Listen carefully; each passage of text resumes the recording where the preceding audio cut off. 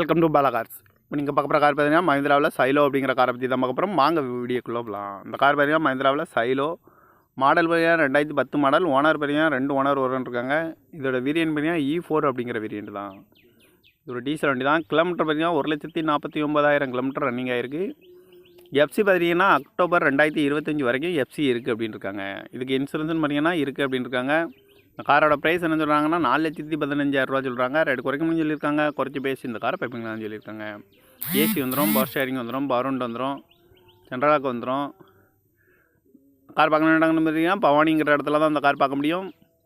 TN38 BO 2022 அப்படிங்கிற நம்பரில் தான் இந்த கார் இருக்குது அப்படின்னு இருக்காங்க. ஓனர் பார்த்தீங்கன்னா 2 ஓனர் இருக்காங்க. இது ஒரு டீசல் வண்டி தான். எஃப்சி பார்த்தீங்கன்னா அக்டோபர் 2025 வரைக்கும் இருக்குன்னு இருக்காங்க.